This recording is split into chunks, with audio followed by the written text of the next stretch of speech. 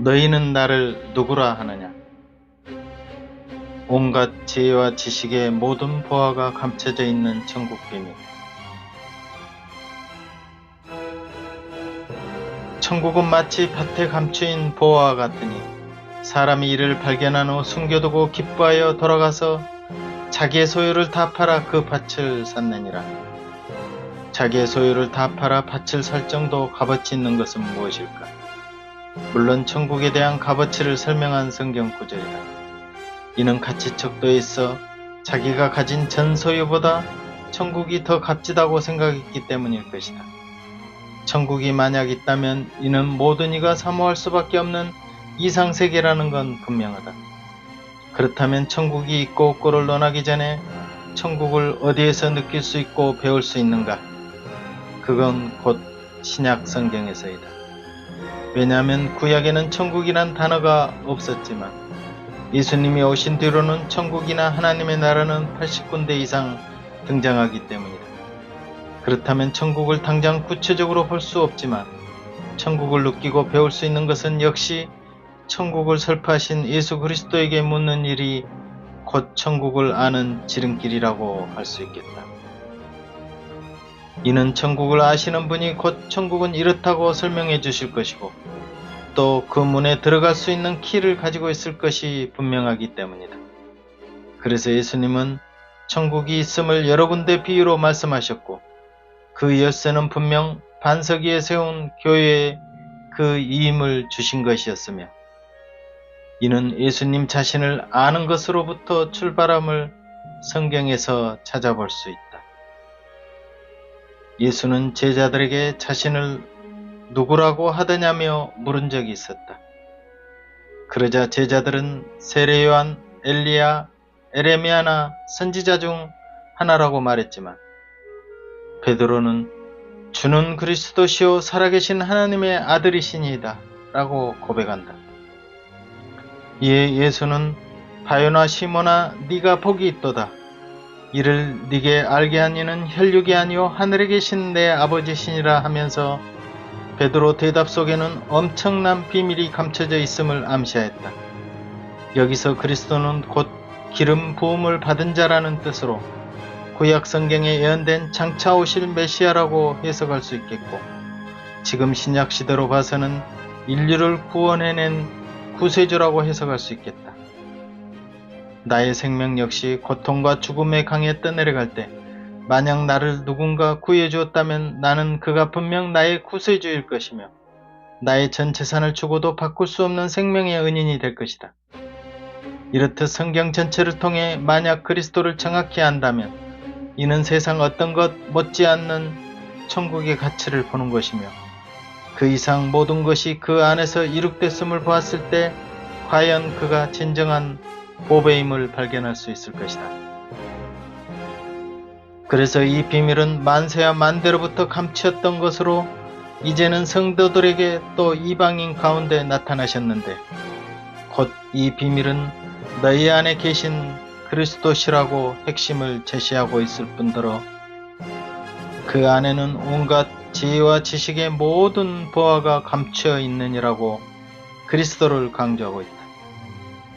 그런데 이스라엘 제사장들과 서기관들은 구약에 예언된 메시아를 알아보지 못하고 예수를 공회로 끌고 나와 네가 그리스도냐고 직접 신문하였고 이에 예수는 내가 그리스도라고 자처할 뿐더러 인자가 권능의 우편에 앉은 것과 하늘구름을 타고 오는 것을 너희가 보리라고 하자 하나님을 자기와 동등된 자로 여기는 죽을 제목을 자백으로 증거 삼았다 싶어 참남하다며 주먹과 손바닥으로 뺨을 후려치며 침까지 뱉었다.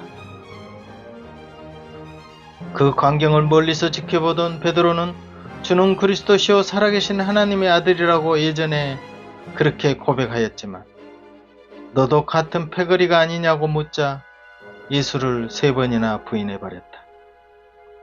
예수는 세상의 온갖 치욕을 당하시고도 아무런 반항도 하지 않으신 채 십자가에 못 박혀 심한 고통에 시달릴 때 만일 내가 하나님의 아들이여든 십자가에서 뛰어내려와 보라. 모두가 힐문하고 조롱하였다.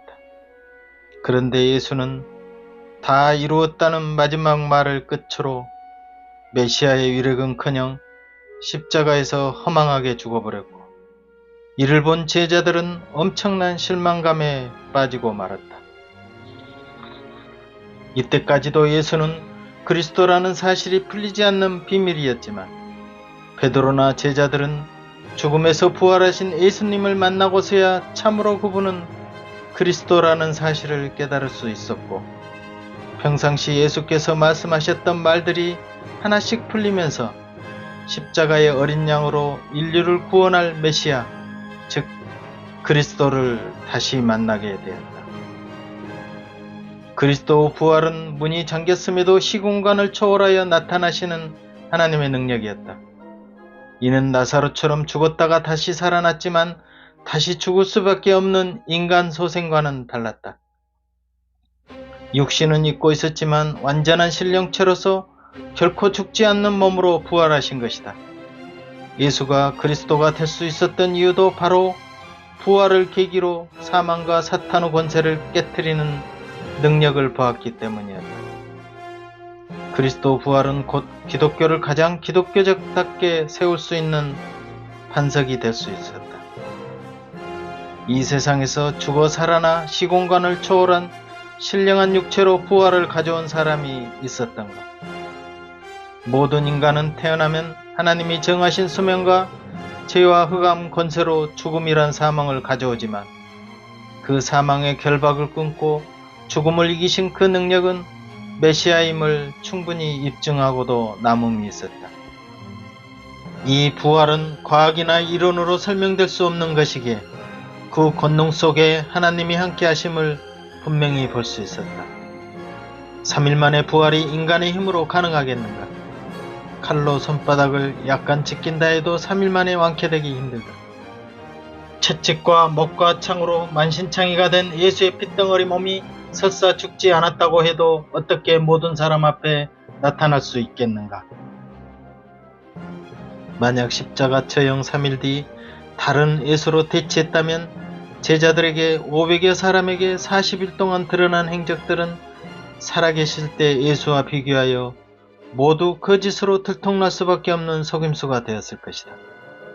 제자들까지도 진짜 예수라고 속였다면 그들이 그런 예수를 위한 핍박의 칼에 목숨을 아끼지 않고 죽을 수 있었을까? 예수의 부활의 힘만이 제자를 다시 일으켜 세울 수 있었으리라. 이처럼 성령이 오순절날 임하면서 제자들은 예수는 곧 부활하셨다는 사실을 증거하며 모든 사람들에게 그리스도라고 전파하기 시작했다.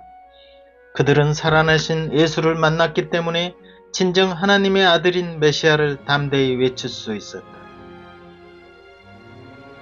성결의 영으로는 죽은 자 가운데서 부활하여 능력으로 하나님의 아들로 인정되셨으니 곧 우리 주 예수 그리스도시라.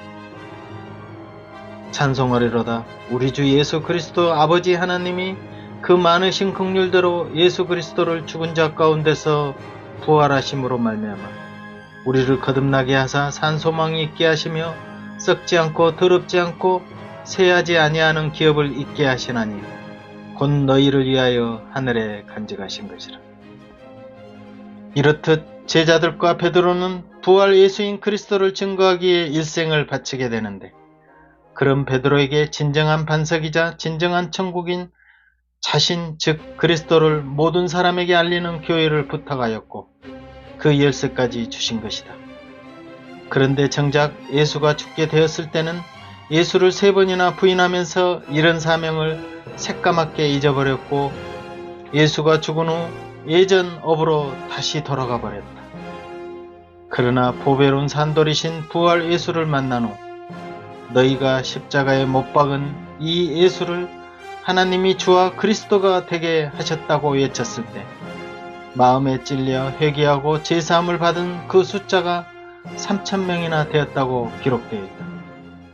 그 후에도 그리스도를 전파할 때마다 수천 사람들이 부활 예수를 믿게 되었다. 유태인들에게 천국 복음이 처음 열린 후 사마리아 땅끝까지 이르러 내 증인이 되리라는 말씀처럼 그리스도인이 된 제자와 성도들은 그때나 지금이나 세계 복음화 실현을 위해 그리스도가 메시아임을 증거하고 있는 것이다. 이렇듯 그리스도 부활 권능은 모든 저주를 끊으시고 하나님의 나라 천국을 우리에게 주시었다. 그러므로 그리스도 자체는 바로 천국이며 그 천국이 가까웠으므로 회개하라고 외쳤던 것이다. 이는 예수님만이 저주와 사탄의 흑암 권세를 깨뜨리시며 또 하나님 앞에 나아갈 수 있는 유일한 길을 제시하였고 그를 믿음으로 하늘의 시민권을 획득할 수 있는 은혜를 주셨기 때문이다. 또 그리스도는 세상 마지막 심판주로 오셔서 햇뱀 곧 마귀를 결박하여 유황 불못에 던지시겠다고 기록되어 있다. 만왕의 왕이 되시며 참된 선지자와 참된 대제사장이 되신 예수 그리스도로 풀리지 않는 비밀은 없다. 그 증거는 지구를 덮고 넘칠 정도로 많기에 우리는 천국인 그리스도를 제대로 알고 구세주로 받아들이는 일만 남아있다. 본질상 진노의 자녀였던 내 영혼 전부에 축복을 주신 이런 귀한 보화인 그리스도가 나와 함께 하신다는 것은 참으로 대단한 일이다. 질그릇 속에 보배가 담겨 있듯이 우리는 쉽게 깨어질 육체를 가지고 있으나 세상의 그 어떤 것으로도 비교가 안 되는 그리스도가 내주하신다는 사실 또한 엄청난 권능이며 위로가 아닐 수 없다. 그 내주하시는 그리스도는 세상 끝날까지 함께 하리라는 권능을 주신다. 이렇듯 내 소유를 전부 팔아도 아깝지 않을 보배 그리스도를 가장 귀한 것으로 이해하며 살고 있는지 나는 오늘 또 돌이켜본다.